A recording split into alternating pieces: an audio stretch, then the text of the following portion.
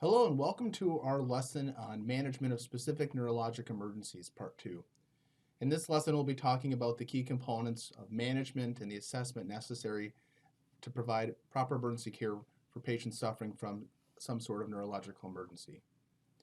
We know that the nervous system consists and conditions and diseases affect millions of lives in the United States. Strokes happen annually each year, about 795,000 people, of which 150,000 die. Epilepsy is another very common neurological emergency that we see, and it affects over 3 million people, approximately 1% of the US population. An additional 60,000 Americans each year are diagnosed with Parkinson's disease, and these are only a few examples of the impact of the nervous system disorders that we'll discuss throughout this lesson. Millions of people are also affected by things like headaches, multiple sclerosis, syncope, neoplasms, and other nervous system emergencies, all of which we're going to discuss throughout this lesson.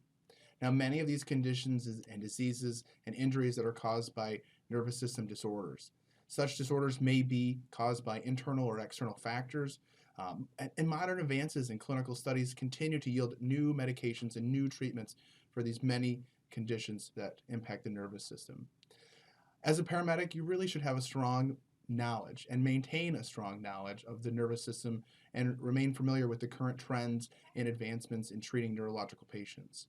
As we go through this lesson, it'll provide a common overview of neurological conditions that may be encountered in the pre-hospital setting.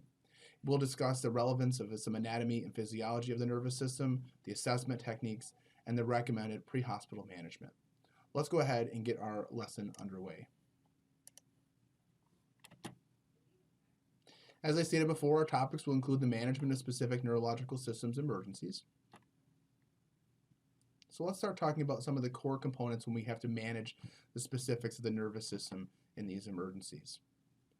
We know that the primary treatment for nervous system emergencies in the field is mostly supportive care. Most of the conditions can be cured in the pre-hospital setting. Management of the nervous system emergencies. The primary treatment for nervous system emergencies in the field is mostly supportive care.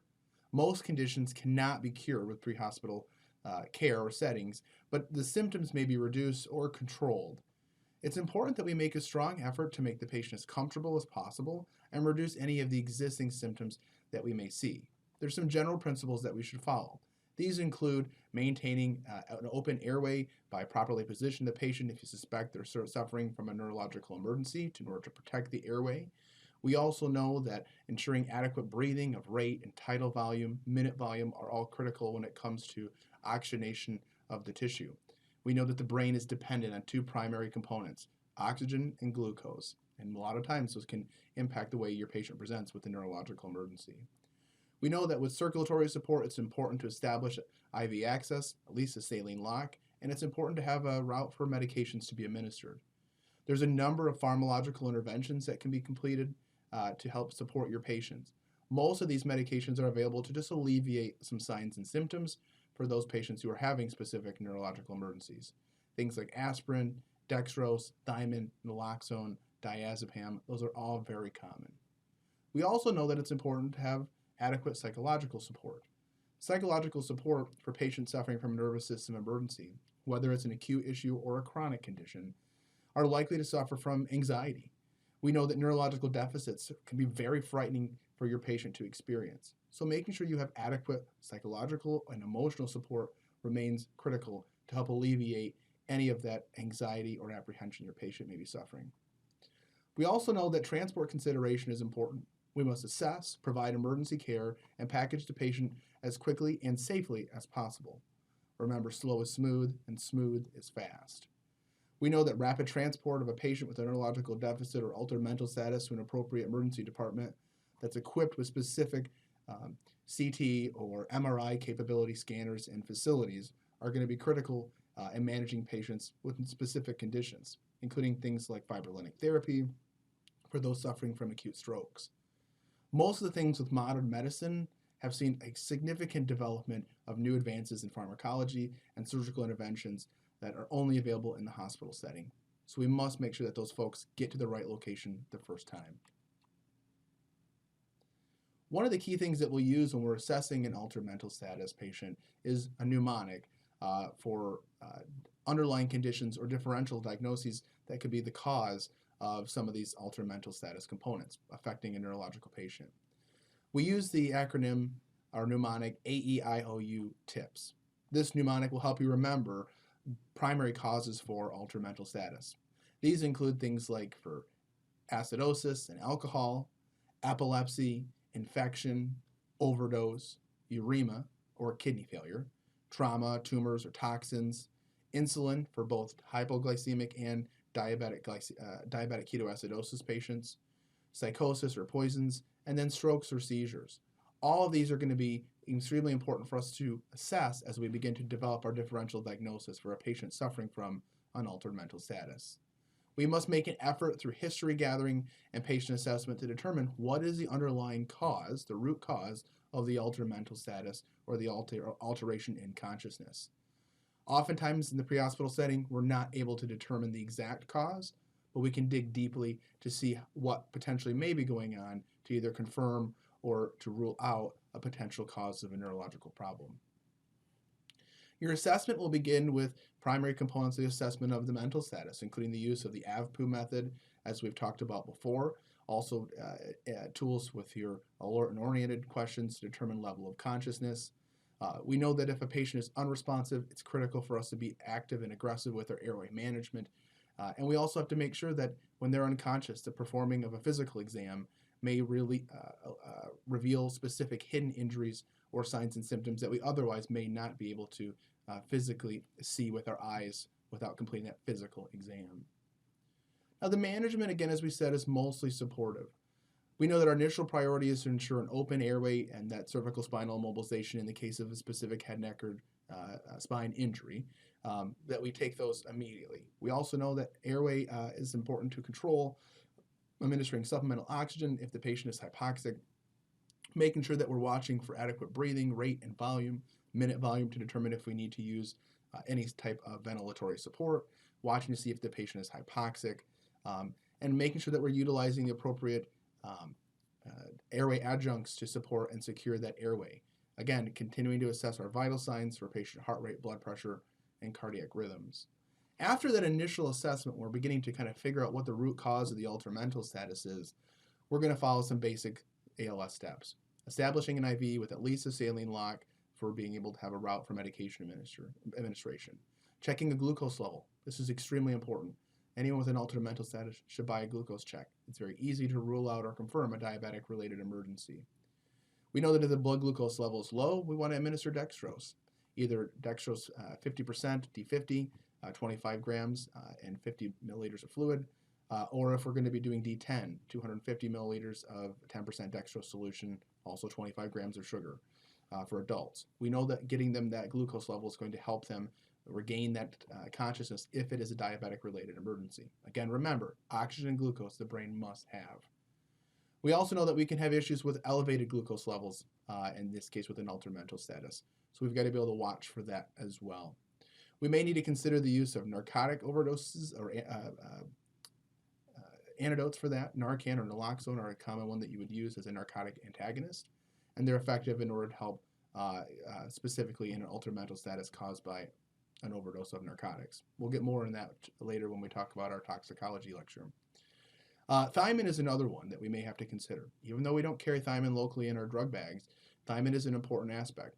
In essence, thiamine is vitamin B1, and anyone who has a suspected history of being an alcoholic, consider the use of thiamine. 100 milligrams of thiamine IV will help allow for the conversion of pyruvic acid into an important component to allow for that glucose to be metabolized by the system.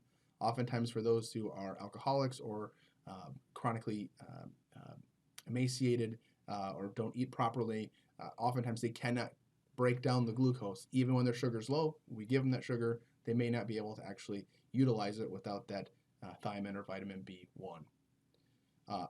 Any of these are going to be really important, and again, we'll get more into those as we continue to talk about some of those major components.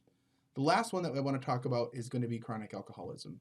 Chronic alcoholism is going to interfere with the intake and the absorption of thiamine. Again, thiamine is really important in order for us to be able to metabolize glucose effectively. So we have to recognize that. One of the disease processes that you may see is corticopsychosis. This is oftentimes where it's a memory disorder for those who have chronic alcoholism, and oftentimes you'll be ordered to administer thiamine by your medical control authority, 100 milligrams, IV, IM, or orally for those patients. Other ones that you may see include things like increase in intracranial pressure. We know that when a patient is suffering from an increase in intracranial pressure from a bleed, a stroke, or some type of traumatic injury, we've got to do as much as we can to reduce that intracranial pressure. Normally, we would ventilate the patient at 10 to 12 breaths per minute, trying to maintain a normal end tidal CO2 of 35 to 40.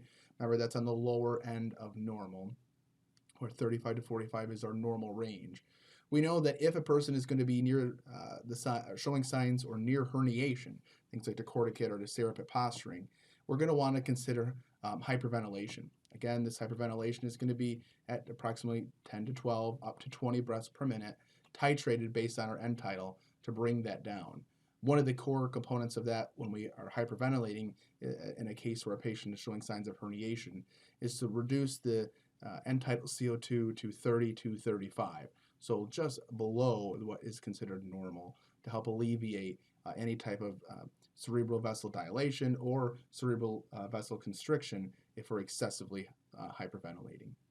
Other things you may consider would be components involving mannitol, or it's a diuresis that eliminates fluid from the intravascular space through the kidneys. Oftentimes it's going to help pull some of that fluid away from the brain, help alleviate some of that swelling through its ionic effects, to help reduce any type of brain edema in those situations. We'll talk more about that later on as we progress through as well. Again, we talked about the AEIOU tips already: the acidosis, alcohol, epilepsy, infection, overdose, uremia, trauma, insulin, psychosis, and stroke. Your book goes into a couple more details as far as that goes. We talked about Wernicke syndrome is reversible. It is acute. Again, that's going to be where they're having a problem absorbing that glucose. That's where that thiamine will come into play. Corticopsychosis, again, it's likely irreversible, but we can try to treat that with our thiamine 100 milligrams.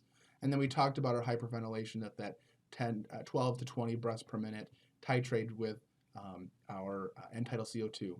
Remember, if it's a standard head injury, we're going to do our 40 to 35. 35 to 40 is a normal range we're going to go on, a little bit lower if we suspect some type of intracranial pressure rise.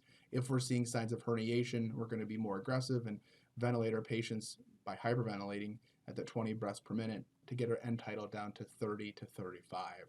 We also talked about the importance of not overventilating or ventilating without the use of end tidal, as that oftentimes can lead to cerebral vessel constriction or dilation if we're not effectively ventilating enough. Lastly, we talked about was mannitol as one of the main components that we would use to help alleviate any type of swelling or edema in the brain by pulling that fluid out of that tissue and eliminating it through the kidneys.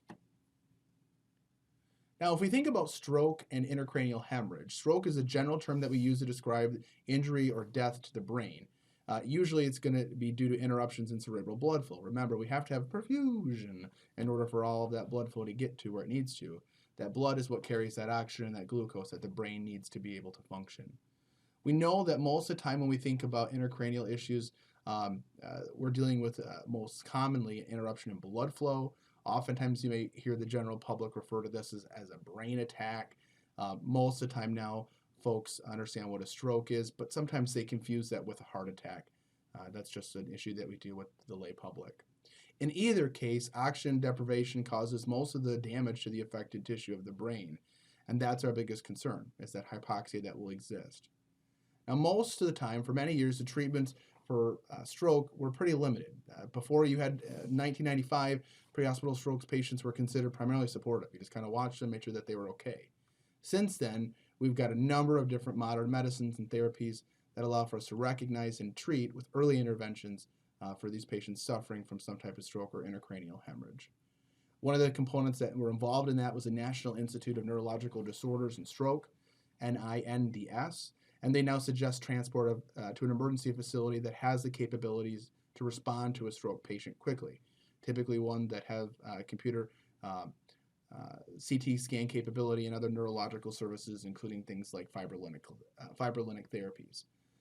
One of the big things that we've studied is the use of tissue plasminogen activators, or TPA, along with other fibrinolytic options and agents to treat heart attacks and also other types of occlusive strokes. Organizations like we talked about with the NINDS, they stress that the use of fibrinolytic therapies is appropriate and approved by the Food and Drug Administration and is encouraged for very specific populations. The key for this is for any stroke patient we believe is having an occlusive stroke or a block of a vessel inside their brain, we want to make sure they get to definitive treatment, including fibrinolytic therapy, within 4.5 hours of onset. Anything beyond that, oftentimes the result of the fibrinolytic therapy, which will break down those clots, may not be as effective. You will find that some agencies and some studies have shown that that window is a little bit longer, but that's the current recommendation.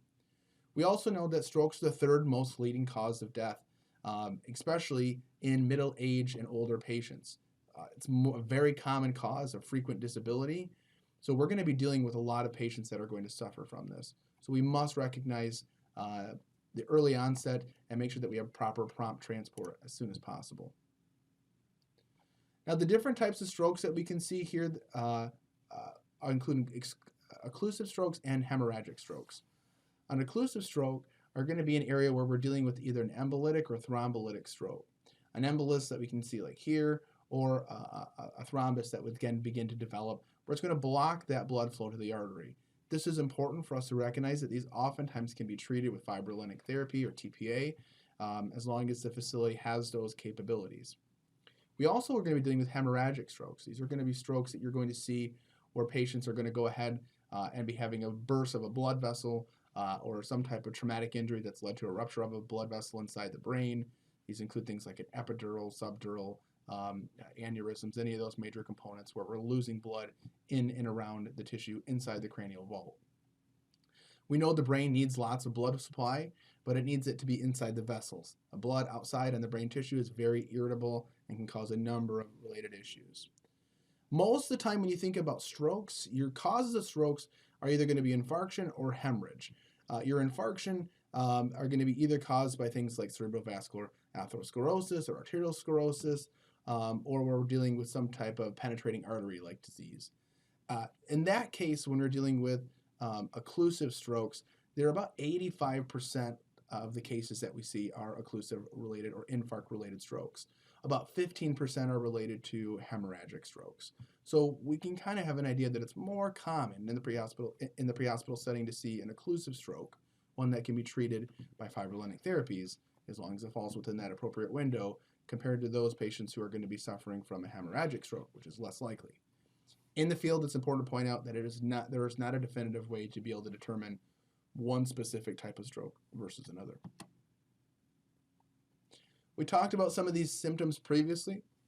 These include things like facial droop, headache, aphasia or dysphagia, hemiparesis, hemiplasia, paresthesia, gait disturbances, and incontinence. You're also going to see symptoms like confusion or agitation, dizziness, vision problems, headaches, all those major components that you're going to be able to see in your signs and symptoms.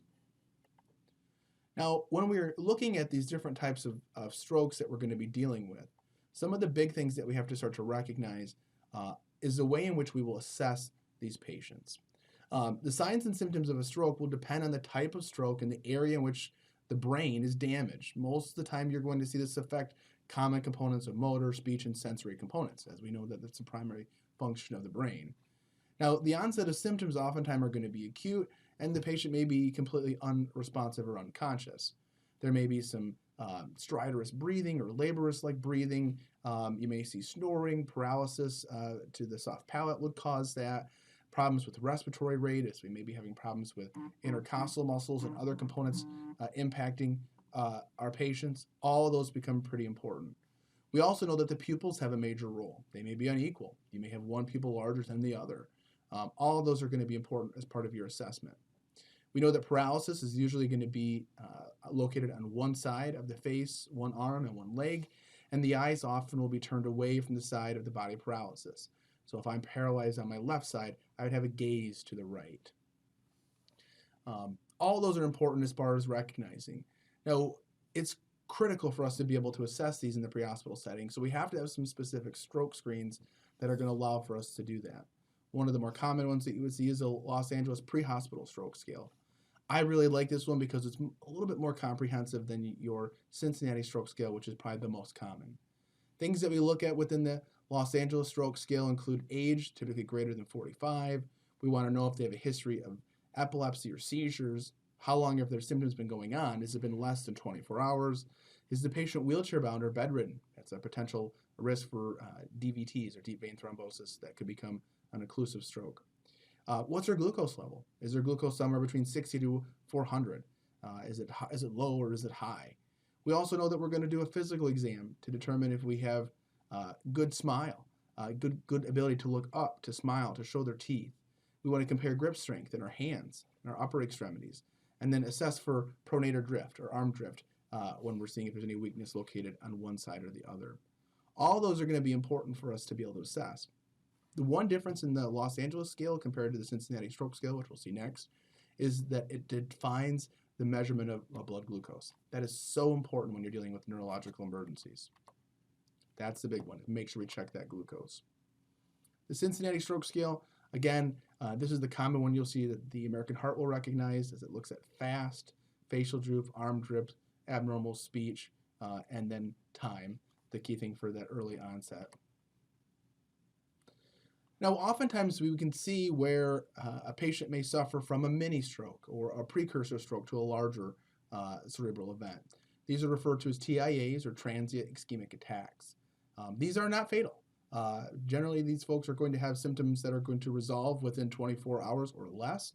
There is no long-term effects, but it is an indicator that they have some type of underlying cardiovascular disease because we're dealing with some type of blockage of an artery, either because of a small break off of plaque or fat or a small thrombus that breaks apart. But the key behind this is that it's not going to kill them, but it is a precursor for major issues. Again, it's hard to tell if someone's had a TIA versus a full stroke in the field unless their symptoms resolve in front of you. We want to make sure that we pay close attention to gathering a good history, things like hypertension, have they had a previous stroke or a TIA before.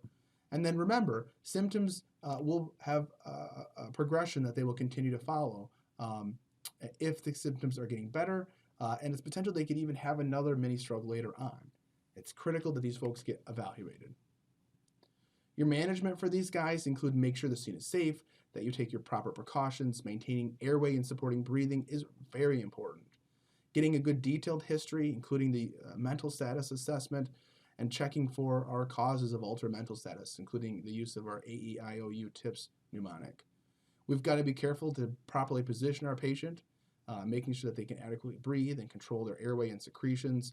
We have to check their blood glucose level, establishing access to administer any type of components or medications we may need to, and then monitor their cardiac rhythm and protect their paralyzed extremities. It may sound silly, but when someone is paralyzed on, let's say, their left side, it's important that we lay them on their left side. That's not typical for us to lay them on an injured or an area of the body that has a deficit. However, in a stroke patient, oftentimes their intercostal muscles will only work on the side of the body that's not paralyzed. So if we lay them on their unaffected side, we make it harder for the chest to be able to breathe because that side that then would be up, the side that has the paralysis, is not going to allow for adequate chest rise and fall.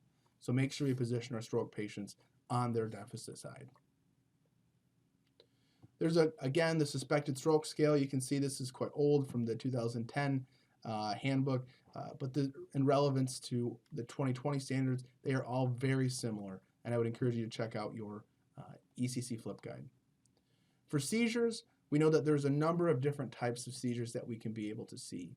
These are going to include things like generalized seizures, our clonic-tonic, or our absent seizures. Most of these situations when we're dealing with a generalized seizure, we're going to see this clonic-tonic component.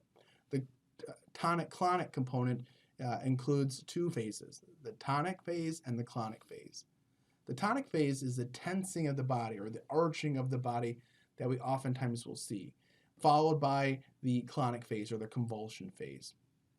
It's very, very important for us to be able to recognize these types of seizures.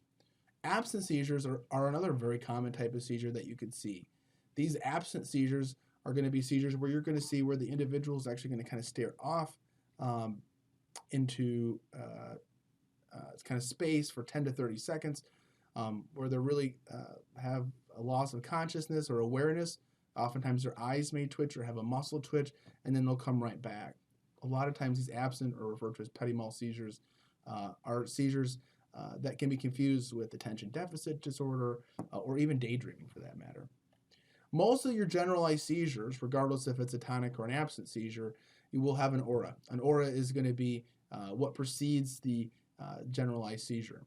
Oftentimes, these may be a form of a sensory nature related component, an olfactory, visual, auditory, taste, or hallucinations, any of those that would lead to them recognizing that something is out of ordinary. Not all seizures are always preceded by an aura, but it is kind of that clue that something's going on with the body that the patient can be able to tap into. We know that after they have their aura, they're going to have a loss of consciousness at some point after their aura is complete. And then we enter that tonic phase. That's the continuous muscle tensions characterized by the contractions of the patient's muscle. There's also what's referred to as the hypertonic phase. The hypertonic phase is where the patient experiences extreme muscle rigidity and hyperextension of the back and extremities. The clonic phase is now where we begin to have muscle spasms and we get that rhythmic, jerky-like movement. Usually the patient's jaw will remain clenched, and that, again, really poses some challenges when it comes to our airway management. From there, we have the post-seizure. The post-seizure state is where the patient remains in a coma, and then slowly after that, we'll get the postictal state, which is one we're probably most familiar with, and that's where a patient starts to become awake, but they're still confused and fatigued. A lot of times they're going to complain of headaches or other neurological deficits, any of those things that you may see when you arrive if a patient has already completed or finished having a seizure. We talked about those absent seizures as well too. I do want to talk about pseudo-seizures because pseudo-seizures are also called hysterical seizures. These stem from a number of psychological disorders where the patient presents with the sharp, bizarre movements that can oftentimes be interrupted with a command such as "stop it," right? That will actually control the seizure that's there. It's still considered to be a form of a seizure, but it really is coming from a psychological disorder. Very rarely do patients experiencing pseudo-seizures actually injure themselves as they're going through that. Partial seizures may be either simple or complex. Your simple partial seizures, also sometimes called focal motor seizures, that's typically how I would refer to them, or Jacksonian seizures. These are characterized by chaotic movement or dysfunction of one area of the body. There's an abnormal electrical discharge from a specific portion of the brain that only affects a specific area of the body, and oftentimes that can lead to that. These include things like excessive chewing or twitching and things of that nature that oftentimes are spasms of a hand or a leg that aren't able to be controlled. Generally, they will progress if they're not controlled and can spread into a generalized tonic-clonic seizure. So you got to make sure you recognize the partial seizure and then recognize that it can easily progress. Now, we also have complex partial seizures. These are sometimes called temporal lobe or psychomotor seizures. They're characterized by very distinctive auras. Again, they're going to recognize that this is coming on, things like abnormal smells or taste. And they also have a tendency to of objects to look either very large and near or small and distant. So they have a lot of visual components that are impacted by this. You're going to oftentimes get like a metallic taste in their mouth. It's very common with those psychomotor seizures or partial complex seizures. And if they actually have a seizure, they only last about 1 to 2 minutes. The patient experiences a loss of consciousness with their surroundings. They may act confused or kind of stagger or have some non-purposeful movements and even make some strange, abnormal, unintelligible sounds. In these circumstances, we want to make sure that we kind of recognize that that can happen.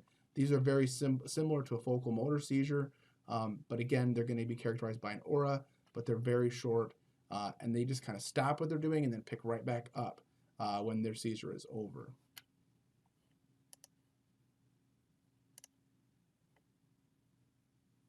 Your assessment with seizures has become really important as well. We want to try to ascertain exactly what the patient may recall or what other bystanders may have witnessed. We know that there's a lot of problems that can actually mimic seizure-like activity. Oftentimes, people think that someone had a seizure because they maybe passed out or had they some type of syncope or near syncope. So we got to recognize that there's clearly a difference between a syncope normally starts in a standing position. They feel well and they remember this feeling of fainting or weakness or dizziness. They don't normally have any type of jerking like movement, and the patient regains consciousness almost immediately, becoming supine. With a seizure, they may begin in any position. They may have an aura or not. You should see generally jerking motions during when the presence of them being unconscious, and the patient will remain unconscious during that seizure. And then when they start to wake up, they're going to have that postictal period where they'll feel very drowsy or disoriented. With history, we want to make sure we gather, do they have a history of seizures? Are they compliant with their medications? Do they have a history of head trauma or any type of traumatic brain injury? Any issues with drug or alcohol abuse? Recent history of a neurological infection, including things like a fever, a headache, or a stiff neck, like we can see with meningitis. We also want to know, do they have heart disease, diabetes, strokes? All of those tell us if there's any issues that are potentially dealing within the circulatory system that could be impacting blood flow to the brain. We want to know what kind of medications are they on. Are they on anticonvulsive medications like Dilantin? Are they on Depakote, Tegretol, any of those major components we would see for patients who are suffering from generalized seizures? And are they compliant with those medications? Remember, you can't just rely on your eyes. You also have to perform that physical exam to make sure that we watch for signs of head trauma or other injuries to things like the tongue, looking for signs of drug or alcohol abuse. A lot of those can be assessed through primary components of your physical assessment. Your management for seizure activity really is going to be based on the anxiety that you're going to see in a lot of folks, including things not just of the patient, but also for those that are around. We want to make sure that we pay close attention to the airway and protect the patient from injuring themselves during the seizure-like activity. Because the patient may become hypo or hyperthermic if exposed, remember that protecting their body temperature is also very critical in this component. And most of your field management is pretty consistent with your general approach. Includes making sure that the scene is safe, maintaining an airway, don't ever force anything into the patient's mouth. Pushing things into the mouth can actually cause them to vomit or aspirate and can even cause a laryngospasm. Make sure that we're giving supplemental oxygen to correct any hypoxia. We need to gain that IV access. We want to make sure that we determine their patient's blood glucose level and administer dextrose 25 grams for an adult where appropriate, either our D50 or our D10. We also want to make sure that we never attempt to restrain the patient. We want to make sure that we protect them from their environment, loosen any restrictive clothing. All of those are important as we look to manage our patient during that seizure activity. We also want to maintain body temperature and then position our patient on their left side, that left lateral recumbent during the tonic-clonic phase of the seizure to help ensure that we have an adequate airway. Remember, we also want to make sure that we are having suction available if necessary, that we're monitoring both pulse oximetry and capnography, and that if the seizure is prolonged more than 5 minutes, we're going to need to administer some type of anticonvulsant medication.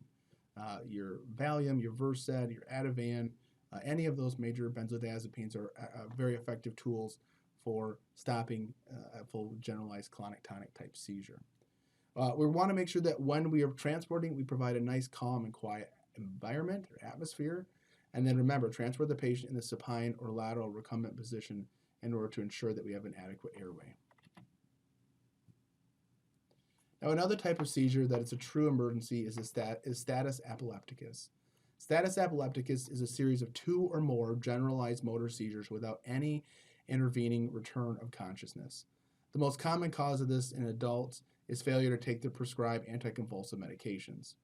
Status epilepticus is a major emergency because it involves a very prolonged seizure without that return of consciousness, which means that they're going to have a prolonged period of apnea, which in turn can cause hypoxia, which we know the brain is very dependent on oxygen to be able to function. This type of seizure can lead to respiratory arrest, lead to cardiac arrest, and even things like severe metabolic and respiratory acidosis, hypertension, increase in intracranial pressure, and so on as these continue to progress to where even the muscles or bones can break because the seizure is unable to be stopped. Now, when you think about the most valuable intervention is going to be one, protecting the patient's airway and making sure that we deliver 100% oxygen if they're hypoxic. We want to try to do this with the bag valve mask with a 2 rescuer technique. But we want to remember that once the airway is established, we're then going to move on to making sure that we take the rest of the following steps, which include starting an IV of normal saline. That's going to be established at a keep open rate, putting on our cardiac monitor, pulse oximeter, and capnography, giving dextrose, 25 grams of sugar via IV push or drip if we know that hypoglycemia is present, and then seriously consider 5 to 10 milligrams of diazepam. Again, it's a very common one you see that depresses the spread of the seizure activity across the motor cortex of the brain. It's a benzodiazepine. Other ones that you could do would be 5 milligrams of Versed. All of those, or even some Ativan. Any of those benzodiazepines are going to help control that seizure activity. We also need to make sure that after we stop the seizure, we want to do everything we can to make sure that we protect the airway. If some patients who maybe administer their own benzodiazepines, we may need to consider flumazenil or romazicon as our antidote to help reverse any of those respiratory depressions that may be caused by that benzodiazepine. But once we give that, know that seizures may actually come back because now the benzodiazepine, which is stopping the seizure, is no longer effective. For syncope, as we discussed earlier, is fainting, right? It's a neurological condition that's characterized by a sudden temporary loss of consciousness. It's caused by insufficient blood flow to the brain, right? We know perfusion has to happen for oxygen and glucose to get to the brain. So the thing about a syncope, it's a sudden temporary loss of consciousness. As soon as they generally hit the floor or become supine, they're going to start to wake up. The question that we have is, what is the cause of that syncopal episode? We know that nearly half of all Americans will experience at least one episode of syncope during their lifetime. So the question becomes, well, what is the cause of that? That's where our assessment comes into play.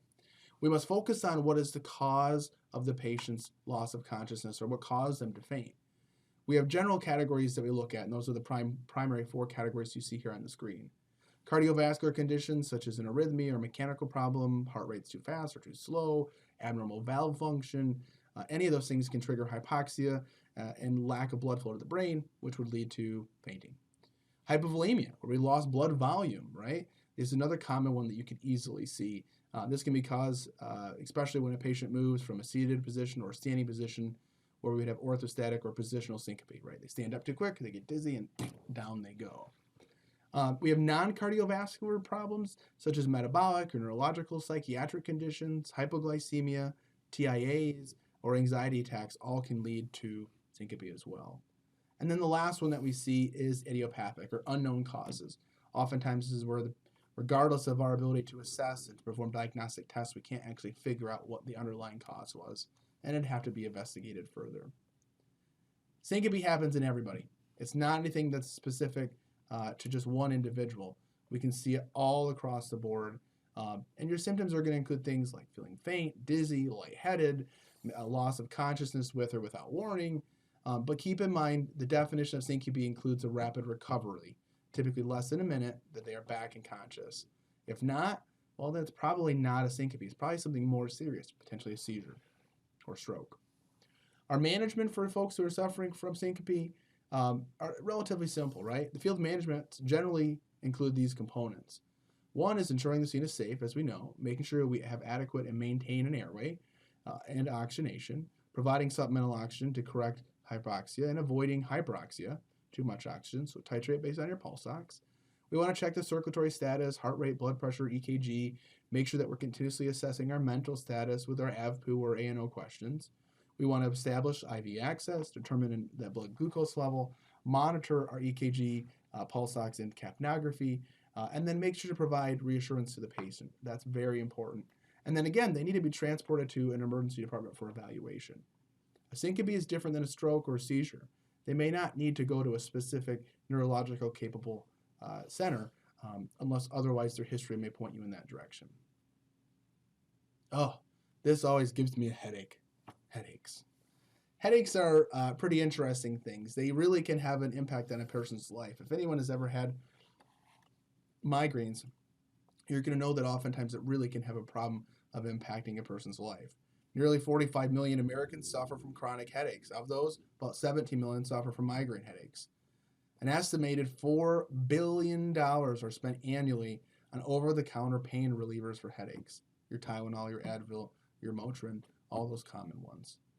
Now, these headaches can be acute or can be chronic, right? So a sudden onset or a consistent reoccurring problem.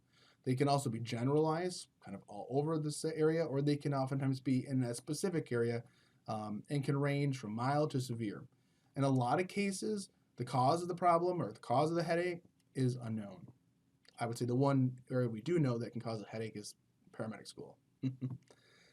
Otherwise, it's really not important for us to determine the exact cause, but we would look at it potentially falling into 3 different categories. The first category we look at with headaches are vascular. These headaches include migraines and cluster headaches. Migraines, you're going to find a throbbing, photosensitivity, nausea, vomiting. You may have some sweat. And often you'll see that vascular headaches, specific migraines, are more frequent in women, not that they cannot happen in men. Oftentimes you're going to see that they're going to be located kind of throughout, and they can last for a very specific period of time. A lot of times migraines are frequently unilateral, only on one side of the head, and you oftentimes get an aura where you can kind of tell that the problem is coming on.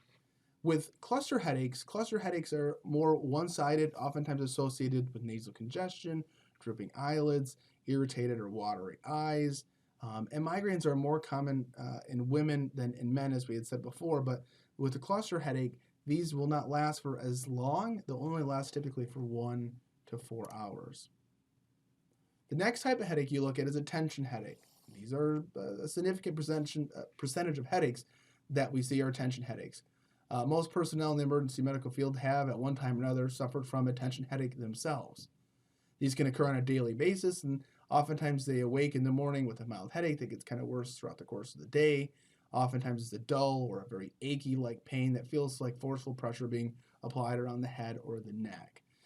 Very associated with stress when you think of tension or headaches that way. Now, organic headaches are a third and less common category because they're organically caused headaches. These occur in individuals suffering from things like tumors, infections, especially sinus infections. You'll also see them in other diseases of the brain, eye, or other body systems. You're going to notice things like nausea, vomiting. You may even see a rash that could give you a clue that you're dealing with some type of infectious disease. These ideas of anytime you're dealing with a continuous throbbing headache, they're often going to times be predominantly over the occiput. You may see it with the fever. You may see it with confusion, nuchal rigidity or stiffness of the neck. All those are classic signs and symptoms of meningitis, which is a serious concern for infectious disease exposure.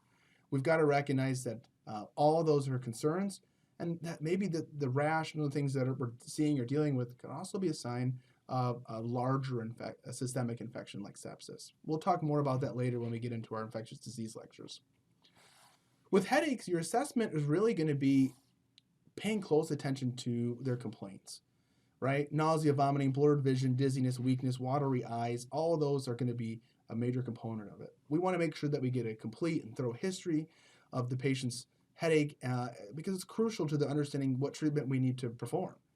We want to try to determine as much as we can about the pain. These questions would include things like, what was the patient doing when the pain began? What was the onset of the pain?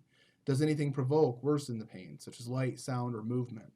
What is the quality of the pain? Is it throbbing or crushing, or is it a tension type pain? Does the pain move, radiate to the neck, arm, back, or jaw? And then what is the severity of the pain on a scale of 1 to 10? And how does the patient rate their pain compared to the worst pain that they've ever had? And then how long has it been going on? We want to know, is this an acute problem or more of a chronic problem? Most of the headaches and signs and symptoms are worrisome. Headaches of an acute onset or changing in pattern demands your immediate attention. A sudden onset of pain oftentimes can be described as the worst headache they've ever had in their life, may be the sign of an acute bleed in their head or a tumor or something that's progressing as we go through. All of those are potentially serious, and a lot of those could really be life-threatening, such as the intracranial hemorrhage.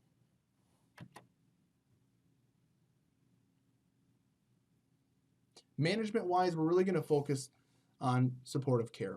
Field management for headaches generally include the following components you can see on the screen. Things like scene safety, maintaining an adequate open airway, placing the patient in a position of comfort, something that's going to help alleviate their symptoms. Administer supplemental oxygen to correct any hypoxia, but remember to avoid hyperoxia. Establish IV access, make sure that we get that blood glucose level, monitor their EKG, oxygen levels, and their capnography, continuously reassess the patient as well.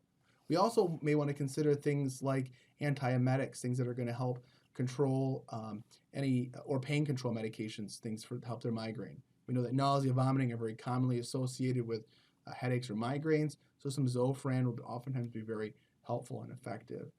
Other things that you may be able to see for pain relievers, you may see the patient on prescribed medications like Imitrex. Oftentimes it's prescribed to help control and maintain those peak onfects of migraines.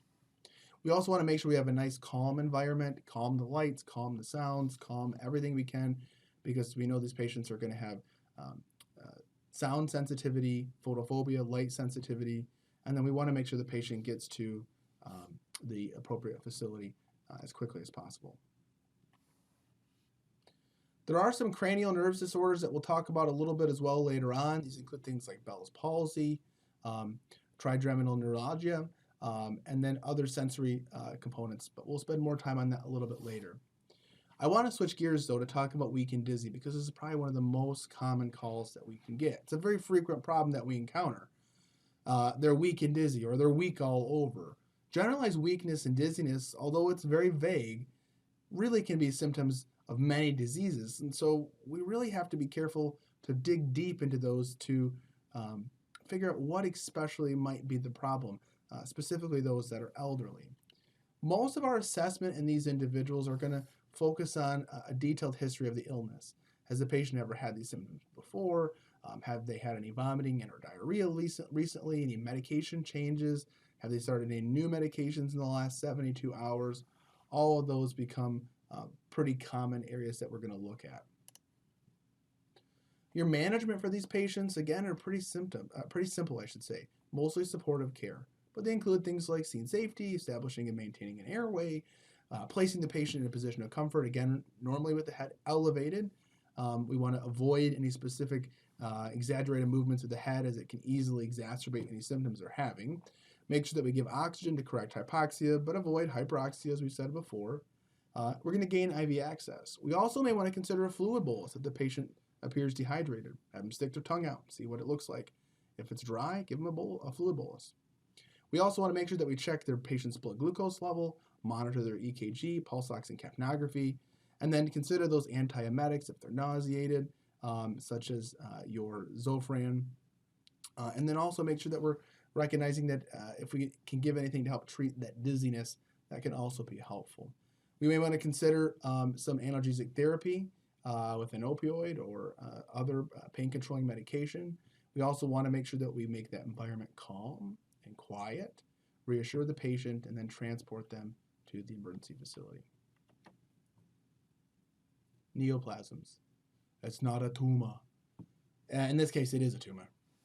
We know that with neoplasms, we're talking about the brain and spinal cord tumors, are where we have abnormal growth of tissue that's found inside the skull or the bony spiny column.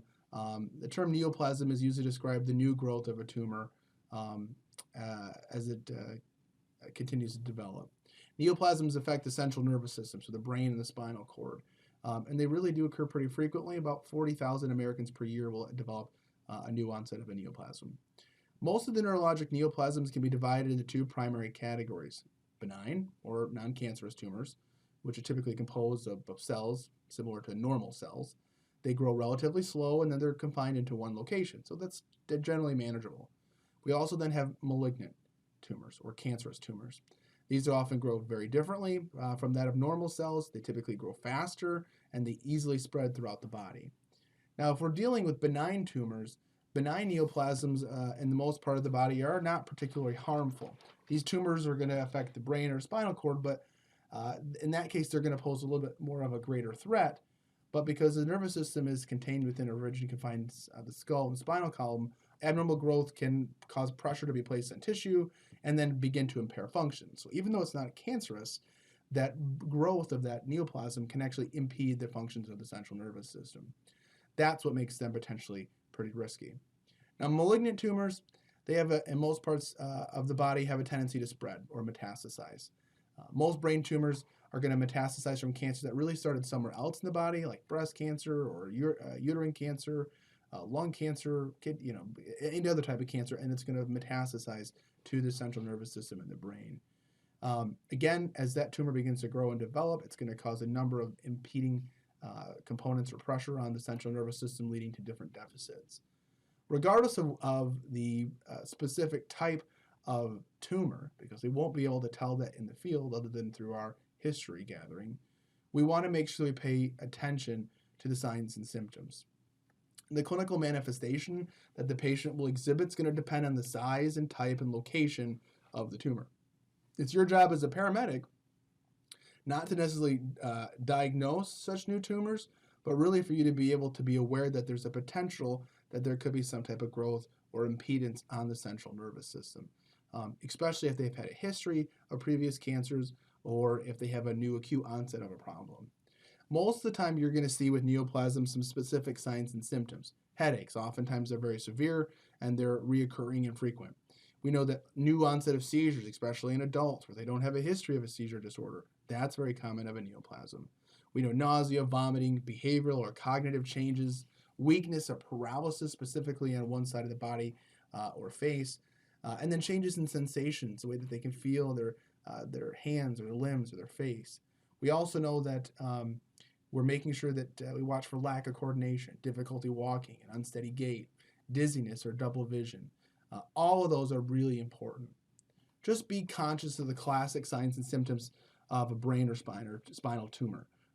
Again, get a good thorough history and then make sure that we ask good sample questions. We want to ask things such as, what is the state of the patient's general health?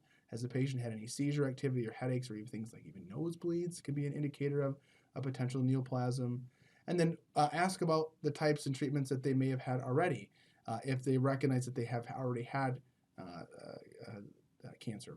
These include things like surgical removal of the tumor, chemotherapy, radiation therapy, holistic therapy, or even some experimental therapies. So that's kind of where we're at. Most of the management for these folks with neoplasms, it's going to, again, be predominantly supportive. You should make sure that you attempt to alleviate the patient's anxiety to reduce any of their symptoms, but most of the time you're going to do things like we've talked about already, establishing scene safety, maintaining an adequate and open airway, place the patient in a position of comfort, typically, again, with their head elevated. That helps alleviate any intracranial pressure. Administer supplemental oxygen when they're hypoxic, and then, again, prevent hyperoxia. Ventilate when you need to. Remember that minute volume is critical. We want to make sure we get IV access, monitor our EKG, pulse oxycapnography, consider narcotic analgesia, and then things like anticonvulsants, benzodiazepines if seizure activities occur. We can also consider anti-inflammatories, things like dexamethasone or other diuretics that may actually help alleviate some of that increase in pressure or increase in swelling. Again, that should be done by the request from medical control before you do it. Again, keep that calm, quiet environment, reassess the patient, and then again, make sure that they are transported to an appropriate level facility. Brain abscesses. Brain abscesses is really just a generalized collection of pus in the area of the brain. Brain abscesses are really uncommon. They account for only 2% of intracranial masses, but the signs and symptoms you're going to see are very similar to that of a neoplasm, including the headache. They're lethargic, hemiparesis, seizures, and so on and so forth.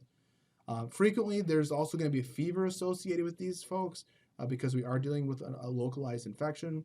And the paramedics' management of the patient with an abscess is mostly supportive.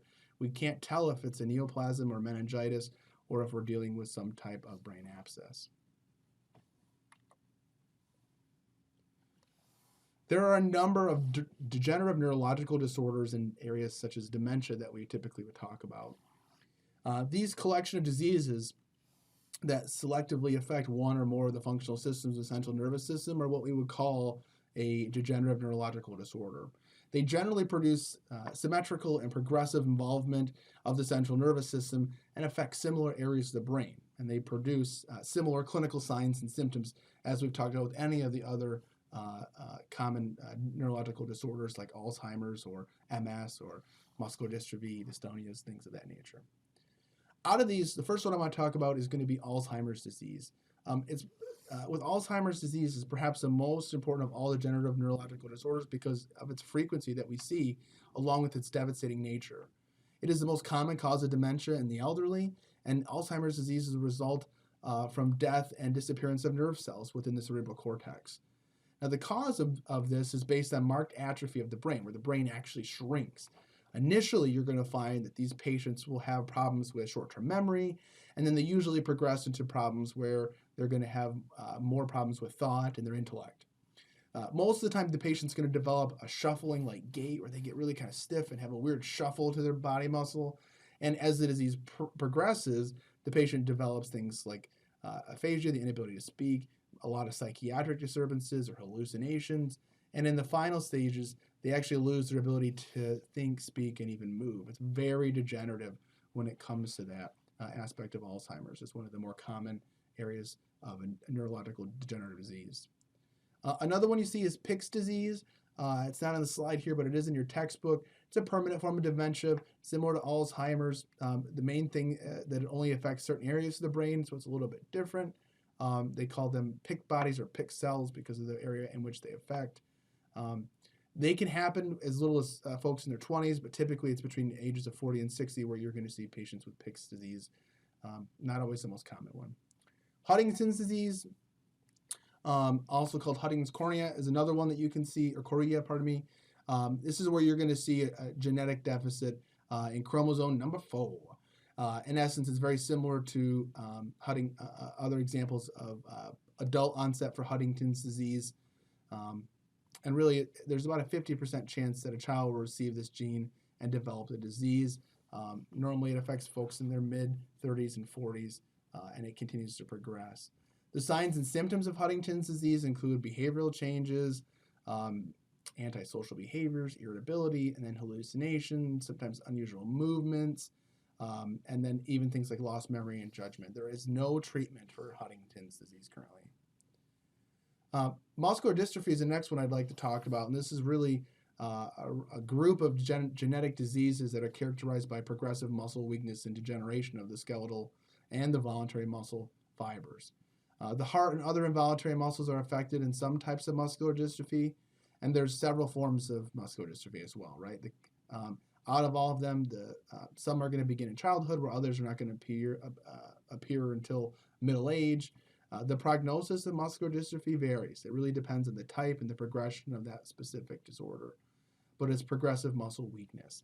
Again, these are patients with muscular dystrophy or multiple sclerosis. All of these are going to be common ones where we're going to see impending muscular failure of voluntary muscles, things that really impact your ability to breathe effectively with your inhalation and exhalation process. Muscular dystrophy, multiple sclerosis is the other one, can't talk, refers to an unpredictable disease of the central nervous systems. MS involves inflammation of the certain nerve cells that are followed by demyelination or the destruction of the myelin sheath. Basically what happens with MS is we kind of get a short circuit in the area around that nerve fiber. When the myelin sheath is damaged, the nerve can't properly conduct impulses, which means we're going to have a problem with their ability for their muscles to function as they should. An estimated 300,000 to 400,000 Americans are currently diagnosed with MS, and most are women who don't really start to get any symptoms until the age of 20 to 40. Now, oftentimes this disease is believed to be involved in an autoimmune attack against the myelin sheath. A body is attacking its own nervous system protection. Most of the signs and symptoms you're going to see include weakness of one or more limbs, sensory loss, paralysis, changes in vision.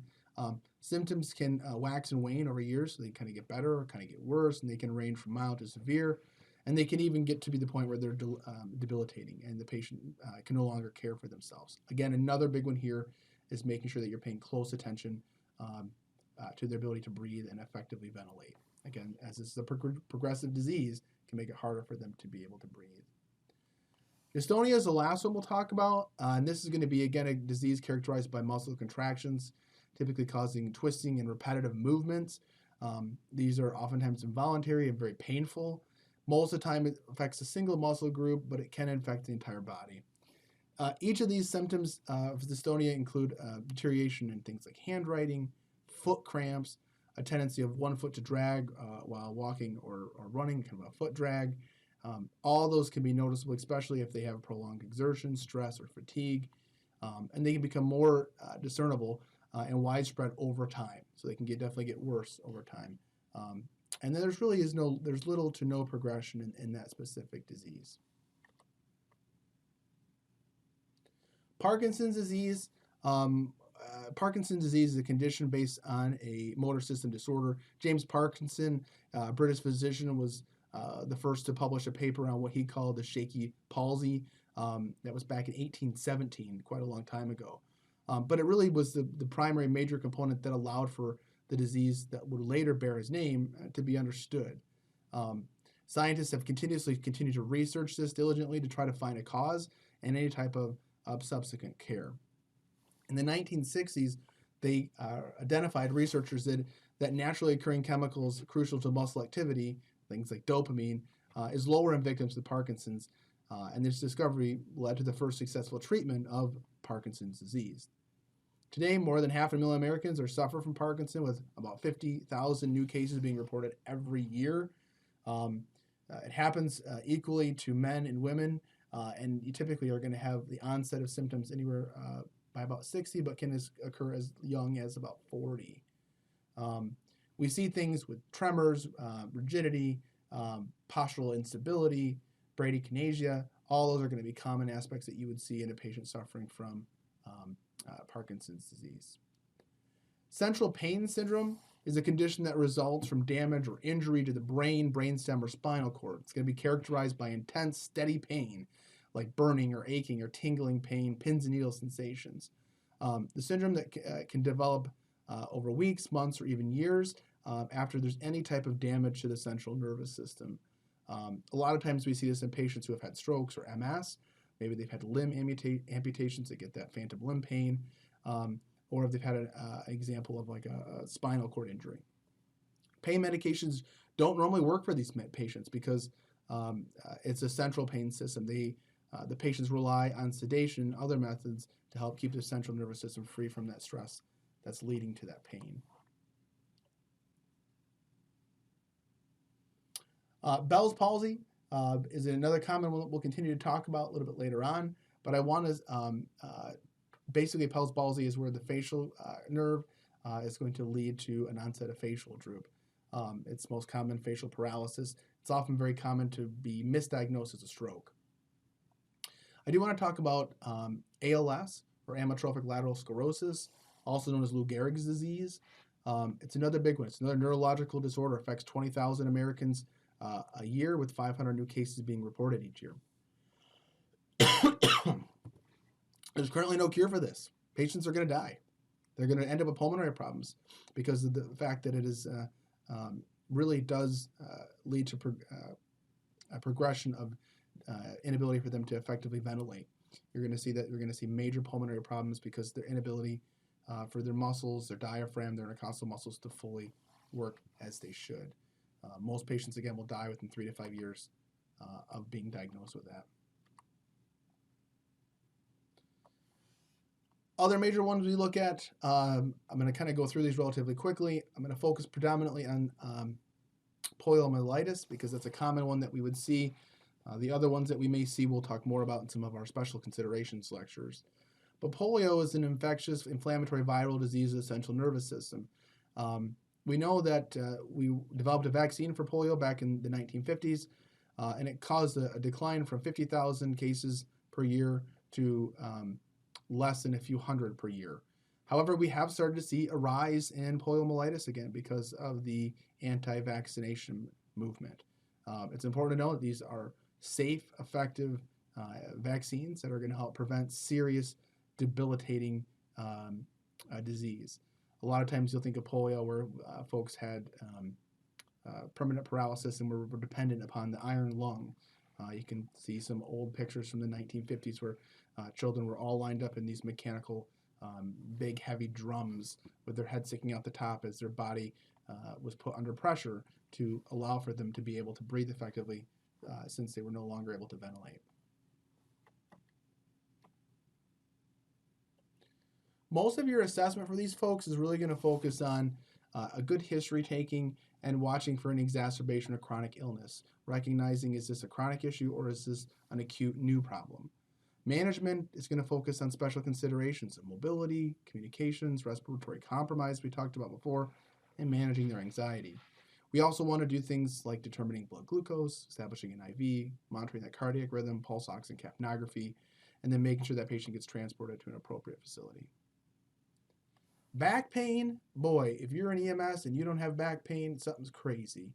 But there's a number of different areas you can see that. Lower back pain can be felt anywhere along the spinal column. It's most common in the back, lower back, and generally it's going to be felt between the lower rib cage and your glute muscles. Oftentimes it's going to radiate down into the thigh.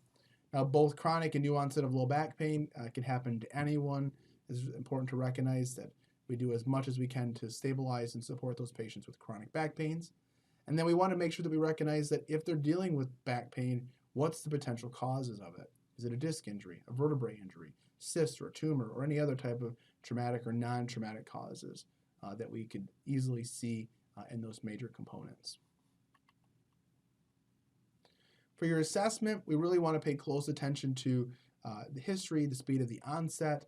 We want to make sure we recognize if there's any risk factors that may have, repetitive movements or previous surgeries, any other life-threatening problems that may exist that will help us in our evaluation of the patient's history. We want to consider if we need to immobilize the spine. If you're concerned about spinal injuries, maybe you're going to go ahead and do that. We also want to make sure we consider analgesics to help manage that patient's pain. So in summary, I know we went through a lot very quickly, but we talked about the general assessments along with the management and specifics of a number of different neurological emergencies. I have to reemphasize the importance of making sure that we take good, palliative, supportive care to our patients. Make sure that we recognize what might be the cause of our altered mental status or neurological emergencies, utilizing that mnemonic AEIOU tips.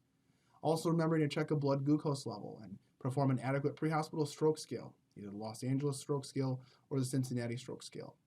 Recognize that the acute versus chronic related issues that go along with a number of these neurological related conditions. So I hope this was helpful for you, and we'll catch